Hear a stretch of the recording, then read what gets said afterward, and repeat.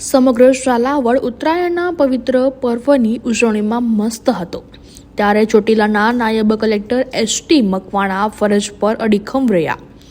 શિયાળાની કડકડતી 10 ડિગ્રી ઠંડી, રાત્રિના 11 વાગ્યા અને સ્થળ થાનગઢના જામવાડી વિસ્તારની મહેસૂલી ચોકી। ડેપ્યુટી કલેક્ટર મકવાણા તાપણું કરીને ચોકી કરતા નજરે પડ્યા। જ્યાં અગાઉ કરોડોની ખનીજ ચોરી થતી હતી તે કાર્બોસલના કુવાઓ પર ફરીથી ગેરકાયદેસર ખનન ના થાય તે માટે તેઓ જાતે પહેરો કરી રહ્યા છે।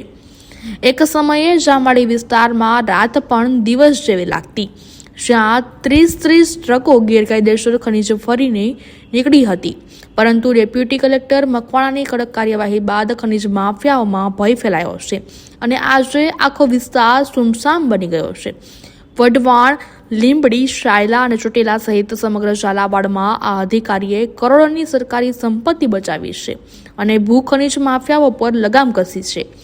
સત્તા તો ઘણા પાસે હોય છે, પણ સત્તાનું અભિમાન ન હોય એવા વિરલ વ્યક્તિત્વ, સાદગી, સેવા અને સમર્પણનું બીજું નામ એટલે ડેપ્યુટી કલેક્ટર એસ.ટી. મકવાણા।